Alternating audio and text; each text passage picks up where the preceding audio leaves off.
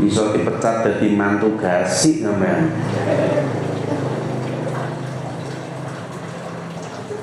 Kemarin juga ada saudara kita 350 juta rupiah dapat uang hanya dalam waktu 3 hari saja, tanpa dia bekerja, tanpa jual aset apapun.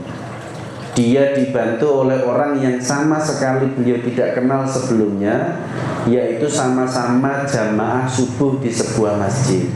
Selesai sholat subuh mereka bicara, siang harinya orang yang baru dikenal melunaskan utangnya di bank. Itu Allah yang berbuat.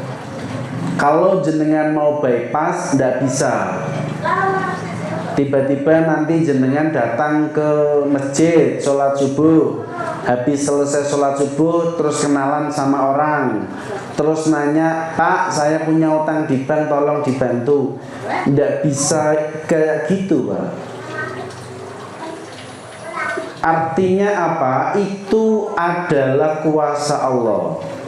Dan kalau jenengan mohon keajaiban, cara-caranya seperti itu kurang lebih. Bukan turun dari langit.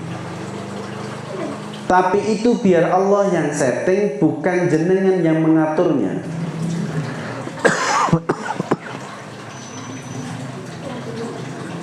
Jadi di sini paham ya, yang namanya keajaiban itu ada levelnya.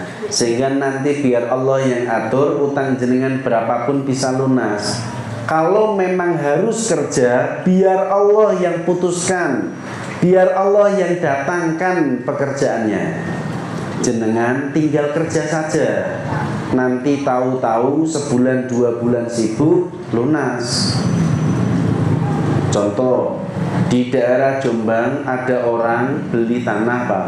Harganya kira-kira 600 jutaan.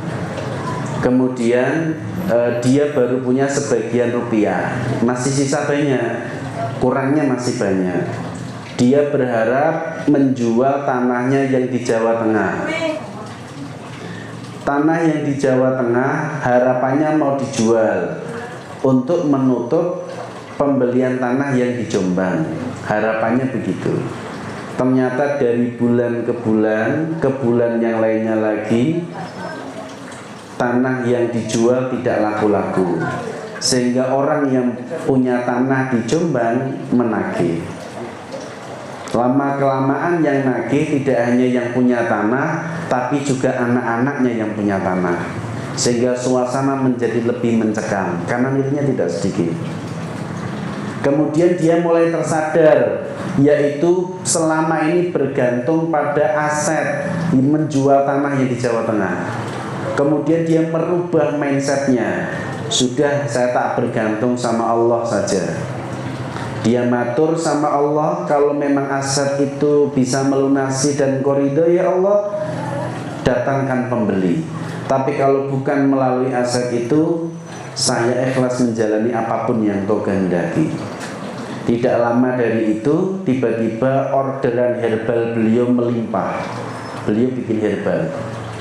Sampai-sampai itu 6 bulan itu dia nggak bisa gerak karena orderannya itu ribuan. Nggak terhitung orderannya dia.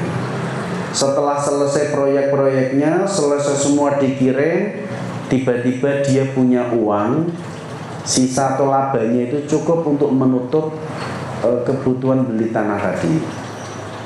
Dan tanah itu tempat saya ngaji di Jombang ketika itu. Dapat poinnya ya? Artinya begini, keajaiban itu ada. Allah bisa lewatkan pekerjaan. Maksudnya bisa lewatkan pekerjaan, berarti belum tentu pekerjaan juga loh ya. Rata-rata kita kan nggak begitu.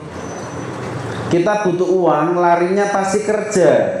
Sampai-sampai punya prinsip, kalau nggak kerja nggak bakalan punya.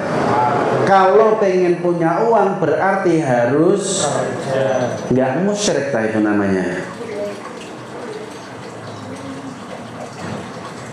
Yang benar, Allah memang bisa memberikan rezeki melalui pekerjaan, tapi pekerjaan bukan satu-satunya jalan rezeki dari Allah. Ini aja salah kaprah, nanti terus saya dikira Berarti Ustadz melarang kami untuk kerja. Oh, ngejak goblok ini.